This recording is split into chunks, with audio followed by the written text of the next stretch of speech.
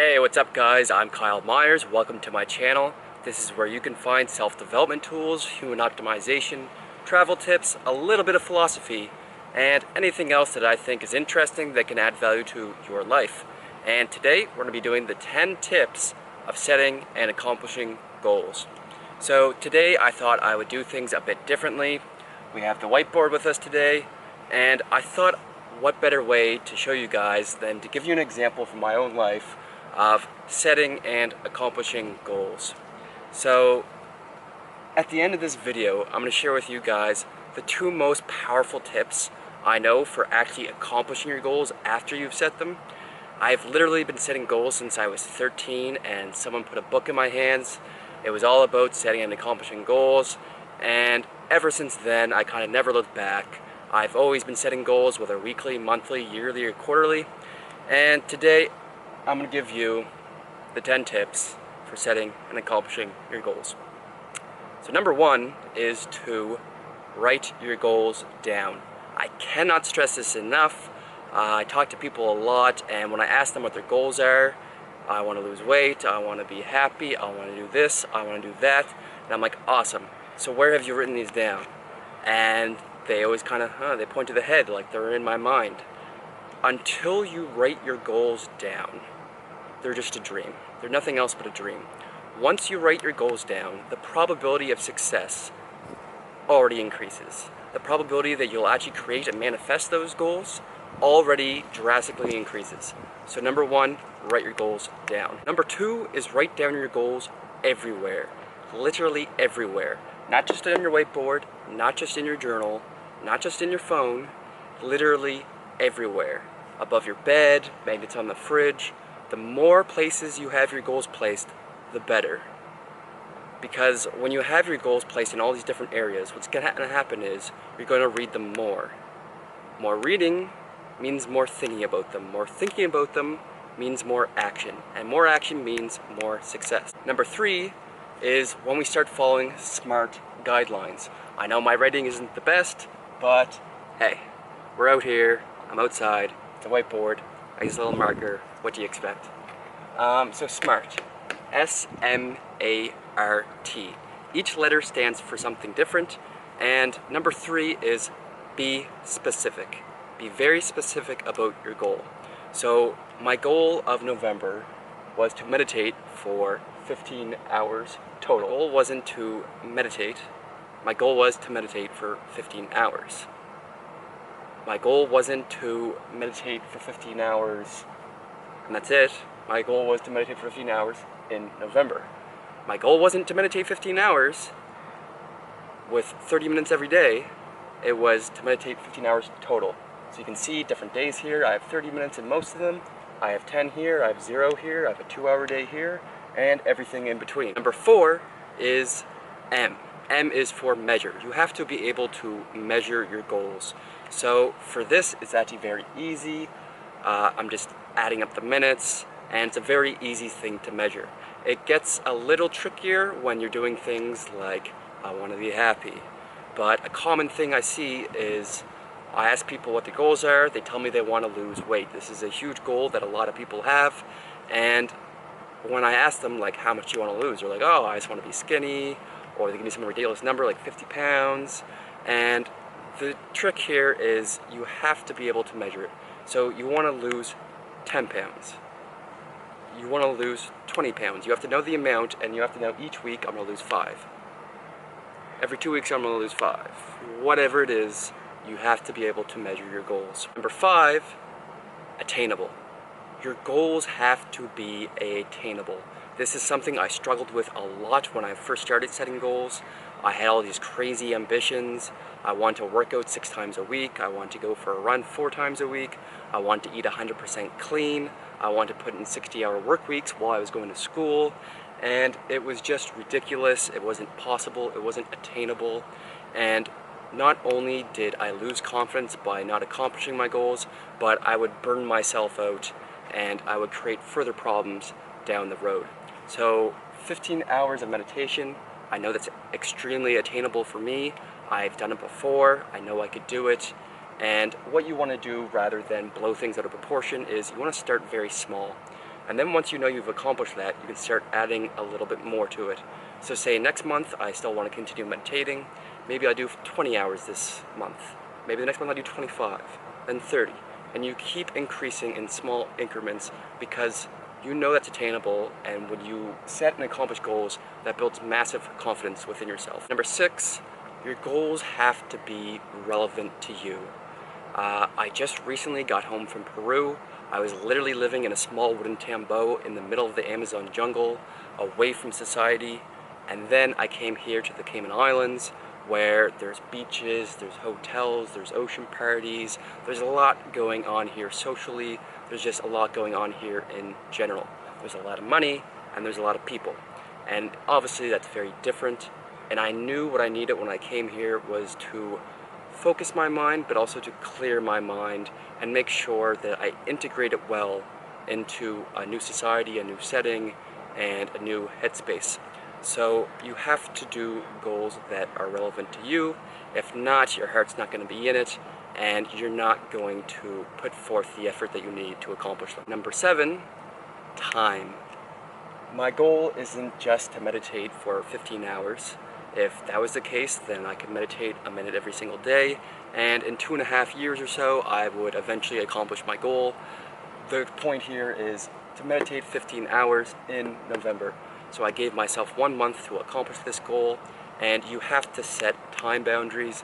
If you don't, then they're just ambitions and they're not really goals. Number 8 is to socially commit. This one is extremely powerful. I remember when I was younger, I would make bets with buddies.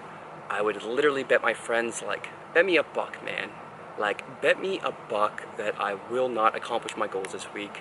We would do leaky goals with each other, and the point wasn't that, oh my god, this dollar motivated me to accomplish my goals. It was that we bet that dollar and then we would shake hands. And once that hand was shook, I completely felt committed to my goals because someone else knew about my goals. Someone else was either rooting for me or rooting against me, and that just created like a friendly competition between us, and it gave me that push that I needed when times were tough to follow through and accomplish my goals, because I knew someone was waiting on the other side and was going to know whether or not I accomplished my goals. So really share your goals, put it on social media, tell your friends, tell your family members, write it in the description box down below, tell everyone you possibly can, because that commits you to attaining your goals. Number 9 is the tips I mentioned at the very start. I think these 2 are so incredibly powerful that I've clumped them together into one for number 9, which is reward and punishment. So when I was very young and I first started setting goals, I was very concentrated on soccer. That is what I wanted to do. So I was doing a lot of running, I was doing a lot of left foot kicks, I was doing whatever I thought I needed to make myself a better soccer player. And if I accomplished my goals throughout the week, which were usually something physical, usually something like eat 100% clean, at the end of that week on Sunday night, nothing was better than sitting down, knowing I accomplished my goals, and my reward was always the same. It was a big bowl of vanilla ice cream with Oreos crumpled up on top and chocolate chips melted for chocolate sauce poured on top, and I would sit there watching a movie, and I just felt like a king. I still use ice cream as this day as a reward. I just love ice cream. Oh my god. It's the best I've ever had. It's the best ice cream I've ever had. I find there is 2 types of people in this world. There are people that are motivated by fear, and there are people that are motivated by pleasure. Pleasure people are seeking the reward, and that is why that can push them forward to accomplish their goals. And then the other category, which is really what I find I have fallen more into as I've grown older, is punishment. And this is, you're literally running away from a fear, although I would usually say that's a bad thing, but in this case it's very different. So a punishment, as you can see, my punishment was accomplishing a writing assignment. If I did this and I did not get my 15 hours, my punishment would be I would have to do a writing assignment, and I have been writing a lot more recently. I'm going to be posting articles on my website, but the point is, writing isn't something that I really want to be doing with my time. It's something that I enjoy a little here and there. I'm slowly getting more into it, but I find it's a lot easier to put the camera on and just kind of talk to you guys.